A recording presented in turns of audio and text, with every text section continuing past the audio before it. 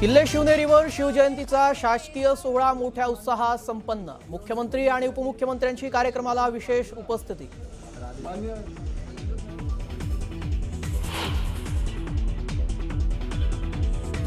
राज्यभरात शिवजयंतीचा उत्साह, ढोल ताशा तुतारी आणि गुलालाची उधळण करत जाणत्या राजाला मानाचा मुजरा।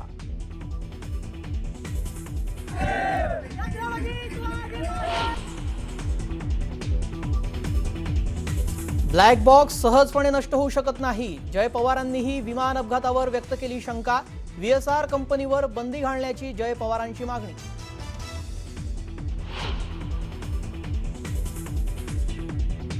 भिवंडी महापौर पदाच्या निवडणुकीत भाजपमध्ये अंतर्गत गडबाजी। रवींद्र चव्हाणांकडून नारायण चौधरींना महापौर पदासाठी उमेदवारी, मात्र शिवसेना सहकार्य करत नसल्याचा आरोप करत शहराध्यक्षांकडून स्नेहा पाटलांच्या नावाचं पत्र।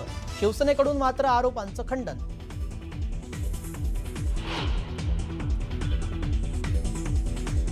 नरहरी झिरवाळांच्या कार्यालयातील लाच प्रकरणाचं स्टिंग ऑपरेशन समोर। 50,000ची लाच मागताना कर्मचारी कॅमेऱ्यात कैद। तक्रारदारानं केलेलं स्टिंग ऑपरेशन न्यूज 18 मराठीच्या हाती।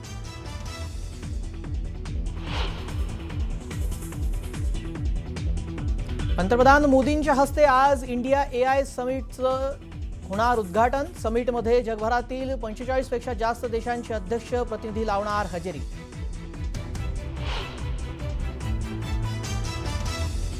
आणि T20 वर्ल्ड कप मध्ये भारताचा सलग चौथा विजय। नेदरलँडचा केला 17 धावांनी पराभव।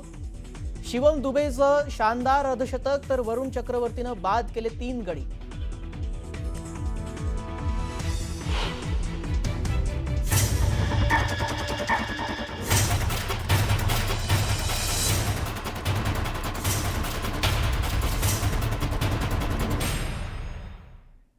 नमस्कार, मी श्रेयस पांडे। आपण पाहतात न्यूज 18 मराठी, आवाज महाराष्ट्राचा।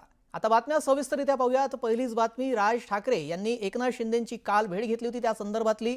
मुंबई महापालिकेच्या निवडणुकीनंतर दोन्ही नेत्यांची ही पहिलीच भेट होती। दोघांमध्ये 20 ते 25 मिनिटं चर्चा झाल्याची माहिती आहे। KDMC मध्ये मनसेनं शिवसेनेला पाठिंबा दिलेला आहे। मनसेच्या नगरसेवकांनी शिवसेनेला पाठिंबा दिला होता।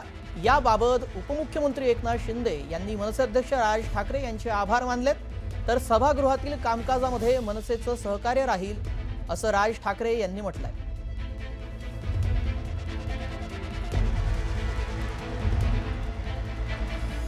शिवसेना खासदार नरेश म्हस्के यांनी सूचक ट्विट केलाय। बाळासाहेबांच्या मुशीत घडलेले एकत्र आले तर आनंदच। नरेश म्हस्के यांच्या या ट्विटमधून नेमके कोणते संकेत याची चर्चा आता सुरू झालेली आहे। नाव न घेता शिवसेना उभाटाला खासदार नरेश म्हस्के यांनी टोला लगावला।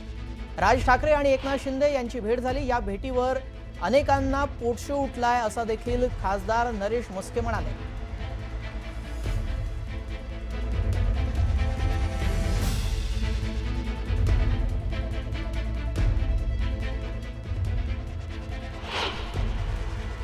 दरम्यान नरेश म्हस्के यांनी काय ट्विट केलं ते देखील आपण पाहूयात। काल महाराष्ट्राचे उपमुख्यमंत्री नामदार एकनाथ शिंदे साहेब आणि महाराष्ट्र नवनिर्माण सेनेचे अध्यक्ष राज ठाकरे साहेब यांची भेट झाली। अनेकांच्या भुवया उंचावल्या आणि अनेकांना पोटशूळही उठला, परंतु बाळासाहेबांच्या मुशीतून घडलेले 2 कार्यकर्ते हिंदुत्वाच्या विचारासाठी, बाळासाहेबांचे विचार पुढे नेण्यासाठी एकत्र येणार असतील तर माझ्यासारख्या तमाम शिवसैनिकांना आनंदच होईल असं नरेश म्हस्के यांनी ट्विट केलं। या संदर्भात अधिक माहिती जाणून घेऊयात। उदय जाधव आमचे प्रतिनिधी या संदर्भातली अधिक अपडेट देतील। उदय, काल आपण पाहिलं ही भेट झाली होती आणि त्या भेटीनंतर आता खासदार नरेश म्हस्के यांची ही प्रतिक्रिया समोर आलेली आहे। अनेकांना पोटशू उठला असेल असं देखील ते म्हणतायत। काय अधिक अपडेट आहेत? अगदी बरोबर, आपण पाहतोय की महापालिका निवडणुकीपूर्वी दोन्ही ठाकरे बंधू एकत्र आले होते आणि एकत्र निवडणूक लढवली होती आणि त्याचा विरोध जो आहे तो त्यांनी केला होता। मात्र निवडणूक निकालानंतर चित्र जे आहे राजकीय ते पलटायला सुरुवात झालेली आहे। कालच आपण पाहिलेलं आहे की मनसे अध्यक्ष राज ठाकरे यांनी नंदनवन बंगल्यावर जाऊन उपमुख्यमंत्री आणि शिवसेनेचे मुख्य नेते एकनाथ शिंदे यांची सदिच्छा भेट घेतली आहे। तब्बल तासभर ही बैठक झाली होती। त्या बैठकीनंतर आता राजकीय चर्चा ज्या आहेत त्या सुरू झाल्याचं पाहायला मिळत आहे। कडवा विरोध असून देखील राज ठाकरे हे कशा प्रकारे पुन्हा एकदा सत्ताधारी पक्षातील शिवसेनेचे मुख्य नेते एकनाथ शिंदे यांची भेट घेत आहेत, सदिच्छा भेट घेत आहेत, निवांत भेट घेत आहेत, त्यातून पुन्हा चर्चा सुरू होत आहे आणि आपण पाहिलेलं आहे की कल्याण डोंबिवली महानगरपालिकेमध्ये देखील मनसेच्या नगरसेवकांनी शिवसेनेला जाहीरपणे पाठिंबा दिलेला आहे. त्यानंतर ही भेट झालेली, त्यामुळे अतिशय महत्वाची चर्चा राजकीय सुरू झालेली. तसंच आपण पाहतो की नरेश म्हस्के यांनी जे ट्विट केलेलं आहे ते त्यांनी कुठेतरी शिवसैनिकांना जे आहे ते सुखावणारं चित्र जे आहे ते पुन्हा एकदा दिसू लागलेलं असं म्हटलेलं आहे. आणि एक प्रकारे त्यांनी शिवसेना उद्धव बाळासाहेब ठाकरे पक्षाला डिवचले देखील आहे. त्यामुळे आता आणखीन काही पुढे चर्चा होते आणि पुढची रणनीती राजकीय काय होते हे आता पाहावं लागेल. जी, तुझा धन्यवाद उदय, आपण दिलेल्या सविस्तर माहितीसाठी. पुढची बातमी पाहूया. आमदार रोहित पवार यांना सुरक्षा देण्याची मागणी खासदार सुप्रिया सुळे यांनी केलेली आहे. अजित पवार यांच्या विमान अपघाताची चौकशी करण्याची मागणी रोहित पवार यांनी लावून धरली आहे. याच पार्श्वभूमीवर रोहित पवारांना सुरक्षा मिळणं गरजेचं असं सुप्रिया सुळे यांनी म्हटलंय. त्यामुळे सुप्रिया सुळे यांची मागणी ही ऐकली जाते का आणि आमदार रोहित पवार यांची सुरक्षा वाढवली जाते का हे पाहावं लागेल. अर्थातच मला रोहितची काळजीच वाटते, कारण का रोहित अनेक मुद्दे मांडतोय आणि प्रसार माध्यमातून, वर्तमानपत्रातून आणि अनेक समाजातल्या लोकांकडून सातत्याने रोहितबद्दल किंवा ज्या रोहित भावना मांडतोय, जे फॅक्ट्स, नुसत्या भावना नाही तो फॅक्ट्स देखील मांडतोय, डेटा दाखवतोय, त्याच्यामुळे अनेक लोकांना त्याची काळजी वाटते. प्रसार माध्यम असतील, वर्तमानपत्र असतील आणि समाजातले अनेक लोक असतील. आणि अर्थातच मला असं वाटतं, मी महाराष्ट्र सरकारला विनंती करीन की आपण सगळ्यांनी ज्या पद्धतीने रोहित लढतोय त्याच्यामुळे रोहितला ही सिक्युरिटी द्यावी, त्याची सिक्युरिटी माननीय मुख्यमंत्र्यांनी रिव्ह्यू करावी. दरम्यान दिवंगत उपमुख्यमंत्री अजितदादा पवार यांच्या विमान दुर्घटनेनंतर आमदार रोहित पवार यांनी पत्रकार परिषदेमध्ये अपघाताबाबत शंका उपस्थित करत सखोल चौकशीची मागणी केली.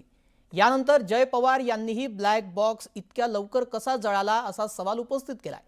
दरम्यान बारामतीतील कार्यकर्त्यांमध्ये संताप आणि भावनिक वातावरण असून निष्पक्ष तपासाची मागणी केली जाते. दरम्यान याबाबत कार्यकर्त्यांना काय वाटतं याबाबत आम्ही माहिती जाणून घेतली, त्यांच्या भावना जाणून घेतल्यात आमचे प्रतिनिधी जितेंद्र जाधव यांनी, ते देखील आपण ऐकूयात.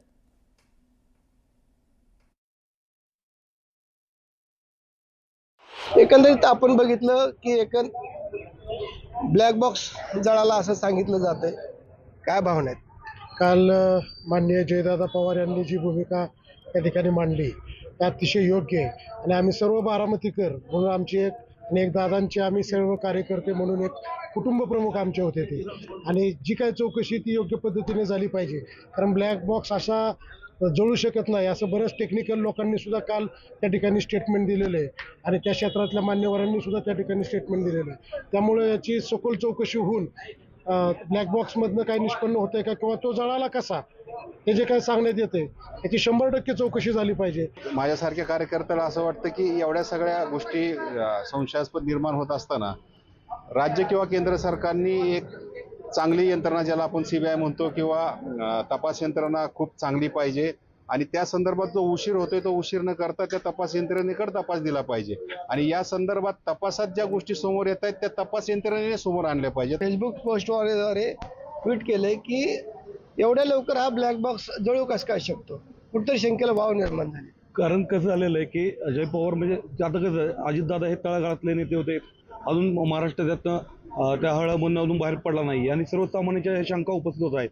त्यात रोहितदादांनी वगैरे बाकीच्यांनी जे मांडणी केली ते शंकेला वाव होतं. ते तळागाळातल्या लोकांच्या म्हणजे ज्या शंका आहेत त्या शंका अजयदादांनी पुढे आणल्या वगैरे आहेत.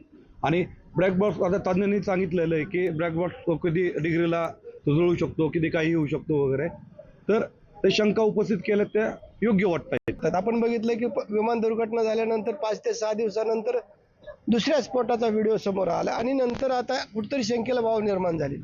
बरोबर आहे ना, कारण काय झालेलं आहे की आपण बघतोय जसे दादांची घटना घडली तेव्हापासून एक ना एक प्रत्येक दिवशी वेगवेगळे न्यूज समोर येत आहेत. त्यामुळं संपूर्ण लोकांच्या मनामध्ये संभ्रमाची अवस्था निर्माण झालेली. एक तर अजितदादा म्हणजे लाखो लोकांचे पालनहार होते, त्यामुळे त्यांची निष्पाप चौकशी होणं खूप गरजेचं आहे. ज्याप्रमाणे वहिनी साहेबांनी आणि राष्ट्रवादी काँग्रेस पार्टीने मागणी केली आहे CBI चौकशीची, त्याप्रमाणे निष्पाप चौकशी व्हावी अशी आमची सर्वसामान्यांची इच्छा. वेगवेगळे मुद्दे समोर येत आहेत आणि तपास करत असताना आता सांगितलं जात आहे की हा ब्लॅक बॉक्सच जळाला. निश्चितच आमच्यासारख्या तळागाळाच्या मध्ये काम करणाऱ्या कार्यकर्त्यांसाठी हे अतिशय निंदनीय बाब म्हणली तरी चालेल. कारण आमचे जे सर्वस्व जे नेता होता जो तळागाळातील लोकांना बरोबर घेऊन एक निष्ठेने काम करत होता आणि त्या नेत्याचा अशा प्रकारे जे निधन झालेले आणि त्याचा जो निकाल लागायला पाहिजे किंवा ज्या पद्धतीने तपास व्हायला पाहिजे त्या पद्धतीने होत नाहीये. या प्रकरणाची म्हणजे उच्चस्तरीय चौकशी होऊन याचा अहवाल तात्काळ येणं गरजेचं आहे आणि निपक्षपाती चौकशी करून यामध्ये जे कोण दोषी असतील त्यांच्यावर कारवाई होणं गरजेचं आहे. जितेंद्र जाधव, न्यूज 18 मराठी, बारामती.